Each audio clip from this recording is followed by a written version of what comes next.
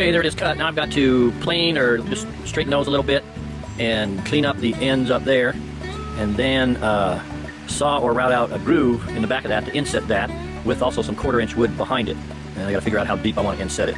And I got to run these through the planer or sander, maybe a little planer first then sander, so probably do that first. Run the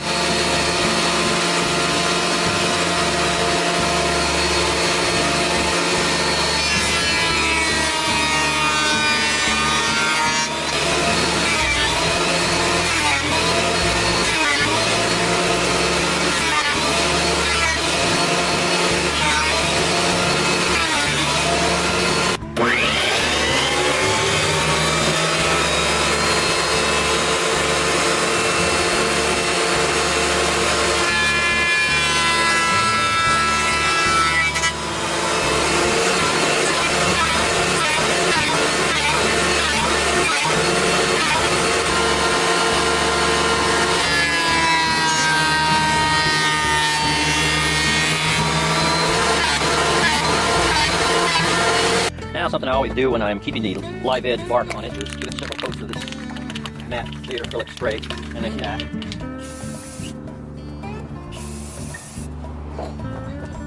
Okay, now I want to clean up both ends on this, so I'm going to cut those on the chop saw here. I think I'm going to angle them. Since they're angled now, I kind of want to look natural, so I'm going to angle this thing at about 5 degrees. Okay, I've got this thing at 5 degrees. Got a little block in here, should help hold it. Give it a shot here. Back on. Okay, front there, it does.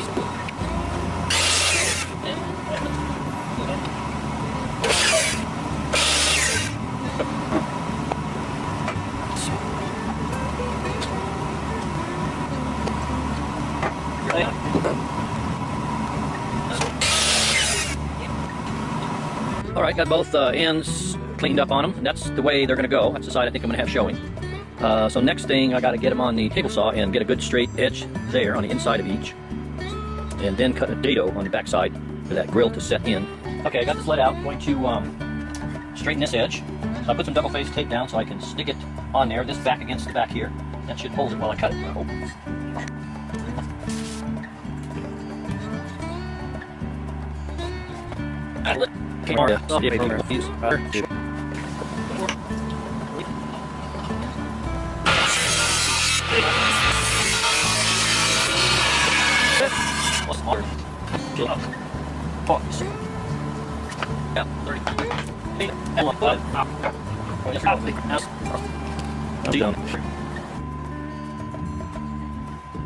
Line it up so I'm just cutting minimal off it.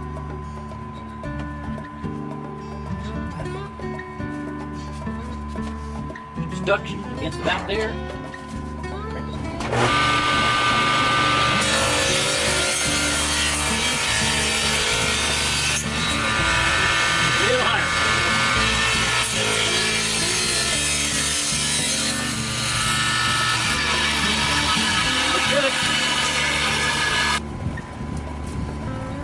Take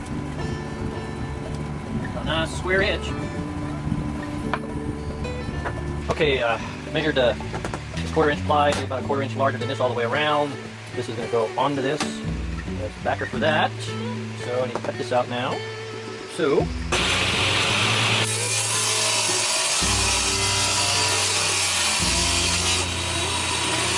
that was better. Okay, I'm cutting the rabbet. First cut them this way through the saw, get the depth. Now I'm cutting it on the edge this way to get up our end. So, second one.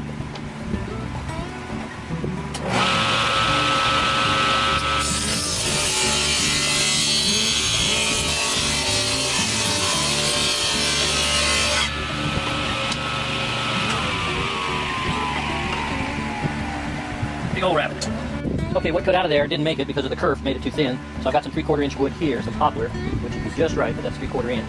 So I'm going to use this. I think it'll be a nice contrast with some clear on it. So I need to cut a groove in it so it's going to overlap the plywood here, 1/4 inch, and butt right up against the metal. Okay, I'm going to cut the rabbet in this piece to overlap the plywood on the top and the bottom.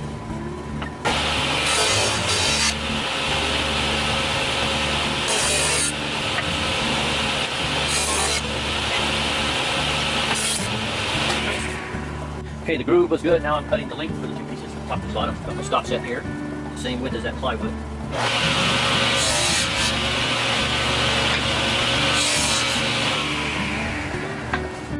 Okay, there it is. All captured in there. Now what I've got to do is trim the width of these two. See, they're proud of each end, so I've got to trim those.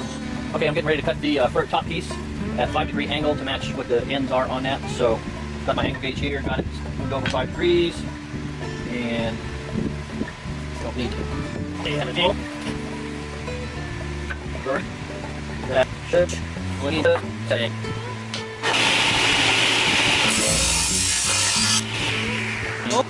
That came out pretty darn good. I think I'll just leave it a hair proud, then I can just sand it to perfection.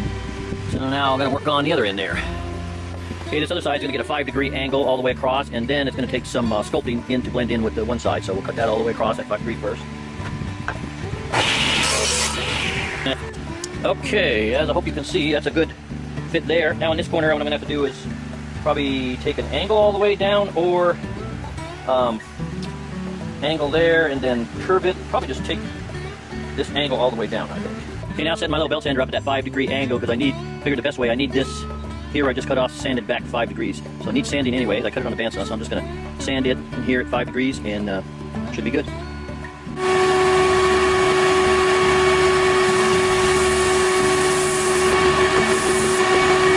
Oh yeah, that came out good. That came out good. So I've got this angle, and then I've got the 5-degree matching this going out. I think that looks pretty darn good. Okay, I got the louver scruffed up with some 220 here. Now I'm going to go out and shoot it with that hammered bronze spray. Okay, first coat.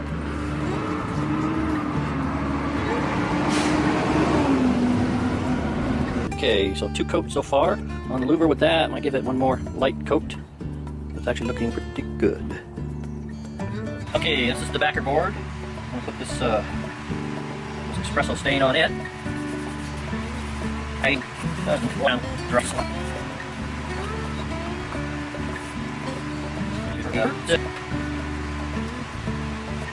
Alright, there's the louver on the espresso stain backer. I'll set it in with the other wood and see how it looks. Here it is again without the louver in it. What I think I'm going to do, I think I'm going to run this through the router and put an angle on those 2 edges. Like a big bevel.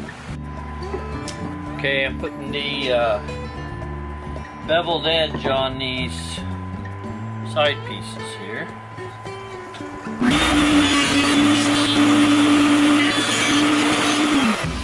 Okay, you probably can't tell much now with that bevel, but I think once the finish is on it, that's going to look a lot better than a square edge there. So, well, unfortunately, I did not film bluing this, but basically what I did it half at a time. I did this half first, put some glue underneath here and here, put that piece in, clamped it down to the bench, pressure this way, let that dry. Then I came on this end, did the same thing. Glue in there, both ends, slid it in, clamped it down, clamped the pressure this way, let it dry. Then when that side dries, I'll flip it over and probably put a screw and maybe a couple nails or just nails. We'll see how it feels. All right, a little bit of change of plans. I was thinking this the grill in here was louvered was going to be captured by this wood. It's not. So, because it's not, I'm going to go back to instead of spraying it using Armor Seal on this. And right now the corners are just glued and we're clamped. Now I'm going to run a few nails in, some extra security, and then I'm going to epoxy this crack in inside it. Put a little super glue in there, but decided I want to epoxy that. Then after that, I'll do the sand it again, and then I can get my coat to finish on the framework. Then insert the back at the end and the hanger. So, next step will be mix up some epoxy to fill this crack. And I just put a quick coat of clear on the back. I realized I never put anything on there, and it's never good to finish just one side, not the other. You get a little more warpage, so put a quick coat on there, I'll put one more, and then we'll get on to the epoxy. Alright, I think I got enough epoxy in this left without breaking out the West Systems.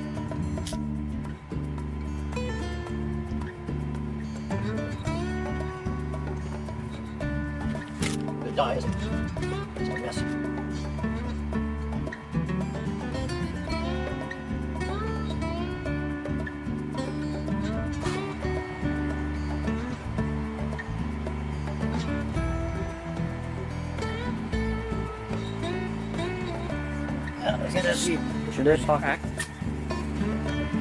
Alright, epoxy's set up, got the tape removed.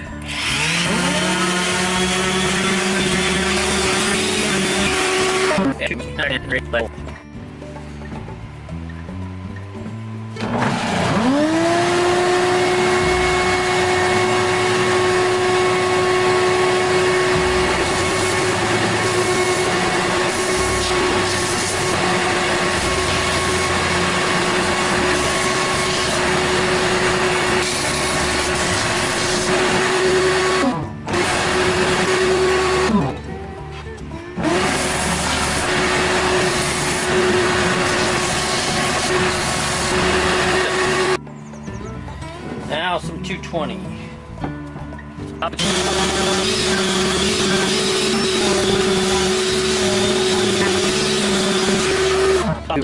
I'll just spray a coat of clear acrylic matte on the back, seal it, give it one more coat, then I'll flip it over and put the armor seal on. Okay, I just did the second coat of clear spray on the back of this thing. Now, since it dries, I'll flip it over and start the coats of armor seal, which probably is going to be at least 3, I would guess. Well, here it is, first coat on the front side. I used General Finishes Salad Bowl finishing, only because it's pretty much the only thing I had. My armor seal I had in a gallon jug, and there was about, I don't know, 3 inches left in the jug, and it's just hard as a rock. Buying those big quantities, sometimes it's hard to keep them fresh, so. Okay, a little 220 sanding after the first coat.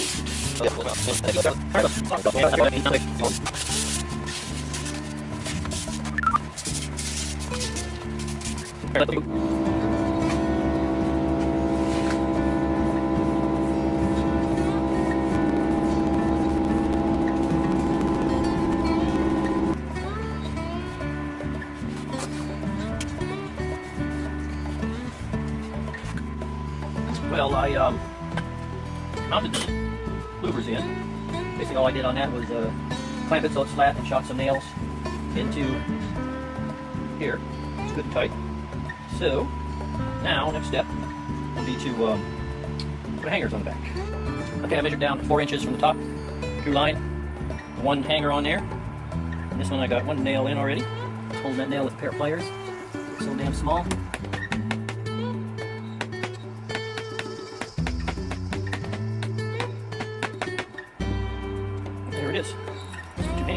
There it is done, the mystery project. It's my shop job ticket holder. The jobs that need to be done on the first, and I can shift them around easily. So if this one, something holds this up, it can come down here. So keep my job straight, and I keep notes on there. Well, it'll look a lot better once I get these doors insulated, and I'm going to do some shiplap. I think some gray shiplap at an angle on there, and it's going to really look good then. So there it is, the job ticket rack for the Little Weird Shop. Thank y'all.